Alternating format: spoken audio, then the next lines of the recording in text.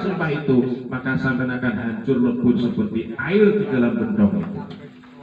Seberapa kaya pun warga PSAT itu, kalau dia sampai melanggar pepacu, ambruk. Apa meneh melarat melanggar pepacu, desep. Nggak percaya, buktikan.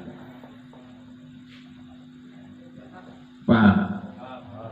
Maka pesan saya, Dik, makanya saya katakan di awal tadi, masuk tuh nggak enak. Kalau sampean nggak masuk jadi oknum PSAT, jadi warga PSAT, mencuri itu dosa, Dik. Tapi ketika sampean sudah menjadi warga, kalau sampean masih nekat mencuri, dosa sampean double. Satu, dosa karena melanggar pepacu agama. Dua, sampean dosa karena melanggar sumpah pepacu organisasi. Berarti beban dosa sampean akan semakin berat. Iya kan? Iya.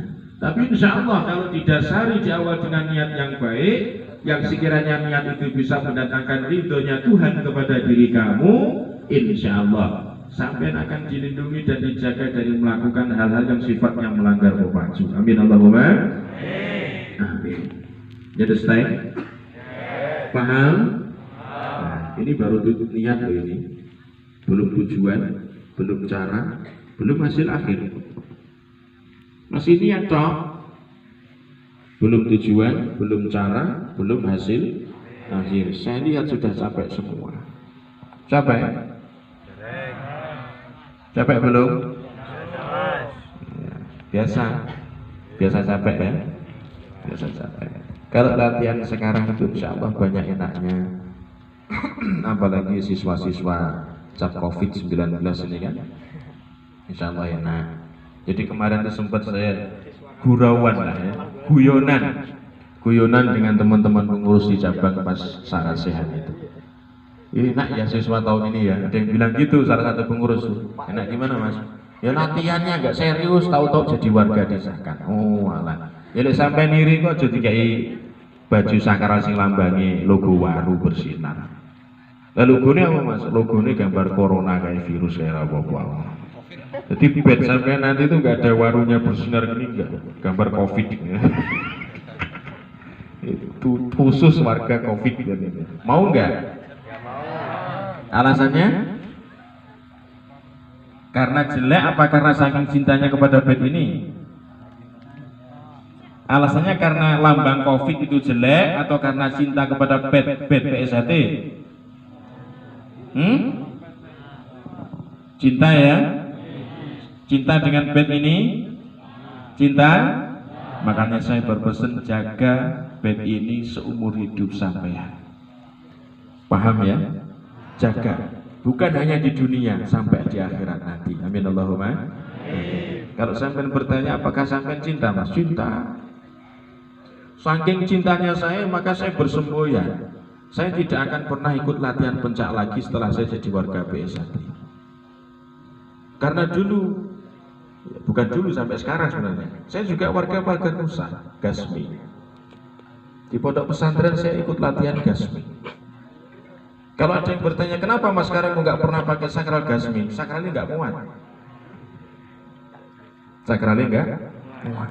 Saya juga pernah ikut latihan Siliwangi seperti di situ dengan lilik saya. Siliwangi dan SBS, Syariat Budi Siji, Al-Hikmah Karomah itu. Saya juga pernah ikut latihan P3, Pamonyet, Pajajaran, Panjalu. Saya juga pernah ikut latihan Galih Pamungkas. Terakhir saya ikut latihan PSAT dan saya mengatakan finish, cukuplah sudah saya latihan. Kenapa? Duh, sorong banget. Sorong banget. Iya. Apakah saya sudah lama pengesahan? Belum. Saya baru disahkan 2017 kemarin, Dik. Belum lama saya. Saya latihan sudah di sini. Saya latihan sudah punya pondok pesantren, sudah punya santri. Saya latihan sudah sering diundang ngaji. Yang latih saya siapa? Santri saya. Lucu nggak? Jadi saya latihan sama orang tua-tua. Yang latih siapa? Santri saya. Jadi kalau santri saya ngelatih saya dibentak-bentak, giliran saya ngajar ngaji, ganti tak pites gue aku ngono. Loh, betul, kenapa? Karena saya bertekad dulu itu. Pokoknya saya harus jadi warga PSAT. Apapun terjadi, setahun setengah saya latihan lebih. Setahun setengah saya latihan. Ada berapa lettingan saya? 14 atau 15 orang tua-tua semua latihan. Di halaman rumah saya, di halaman pondok pesantren saya, ditonton sama santri-santri saya kecil-kecil. Jadi bayangkan coba, betapa beban moral, beban mental yang saya pikul. Kalau saya ngaji di hadapan ratusan bahkan ribuan jamaah, saya ada di atas panggung seolah-olah saya itu paling tampan. Kenapa? Karena ribuan mata memandang saya. Iya kan? Paling gagah. Saya diundang ngaji di Balian Makmur bersama Pak Wabib Jafar Suting itu paling gagah saya. Pulang ngaji sampai rumah malam minggu. Ganti pakai sakral, latihan, baru dan ganti gedang goreng. Ganti gedang goreng coba. Istri saya itu sampai nangis, Mas. Lihat saya itu latihan sampai nangis. Ya Allah, Bah. Apa masih kurang? Apalagi yang sampai cari itu apalagi, Bah? Jawab saya cuma satu, menung-menung. Ini urusan saya. Nanti kamu akan tahu apa yang akan saya cari. Istri saya sampai heran, apa kurang cukup pengalaman sampean? Makanya kalau ada mengatakan orang latihan Esa atau berniat ikut latihan Esa pengen cari hebat, salah, nggak ada orang hebat Esa. Pengen kebal, salah, betul kata Pak Ketua tadi, Mas Joko. Kalau ingin cari kebal bisa terbang, salah. Kalau sampean pengen bisa terbang, latihan jadi tentara udara di angkatan udara, terbang sampean pakai terjun payung dan pesawat. Kalau ikut Esa kok pengen latihan terbang, pengen kok omah kok anjlok kok biar gue. Mau gula pernapasan, anjlok mati. Ya, nek warga saya iso mabur kecuali Kang Mas sesepuh yang dulu mungkin ada di cerita karomah seperti itu, karena sudah mutakhir dan gitu. Tidak ada orang hebat.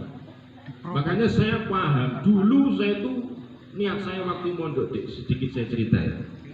Saya dulu itu pengen jadi orang hebat. Saking pengennya jadi orang hebat itu saya gemar banget latihan pencak jadul, bahkan sampai Banten ujung, sampai ujung Madura Sumenep, sampai Lombok Bali saya pernah datang semua. Ikut gemblengan di Sumenep Batu Ampar saya pernah, ikut gemblengan di Banten saya pernah. Jangankan cuma dipukul pakai palu, ya, dipukul pakai lumpang itu tahu pecah lumpang ini. Wah, saya hebat. Menunggu suara masane ampuh dewi rumah sana. Bahasa kalau latihan Esa juli cilik-cilik sing ilmu mlendong. Gak ada orang hebat. Kalau ada yang mengatakan aku melo Esa jadi wong ampuh mergo latihan ces rata das bacok rene tak bacok aku setelah melo latihan Esa buka aura diwarai kain saya mal hebat kan rene wong ijazah datang. Gak ada orang hebat dalam organisasi ini. Yang hebat hanyalah satu, Tuhan yang Maha Esa. Paham? Paham. Maka saya berpesan, setelah sampai tata niat dengan baik, setelah sampai nanti masuk kemudian menjadi warga PSAT, tolong tetap jaga keutuhan dalam organisasi. Prinsip-prinsip organisasi, ideologis organisasi yang terkandung di dalam ADART organisasi tetap patuhi dan jalankan seperti apa adanya. Kalau sampai ingin kembangkanlah apa yang ada dalam organisasi. Contoh, karena dengan sampai keluar setelah disahkan itu bukan proses akhir untuk menjadi seseorang yang belajar. Sampai akan terus punya kewajiban belajar. Setelah jadi warga, disitulah nanti sampai akan dituntut untuk lebih giat belajar. Ketika sampai mau belajar, tolong pelajari sesuatu yang sudah ada dalam siswa itu. Contoh, aku mulai pengen jadi warga Esa, lewis jadi pengen belajar pernapasan. Perdalami pernapasan dasarmu, nggak usah neko-neko.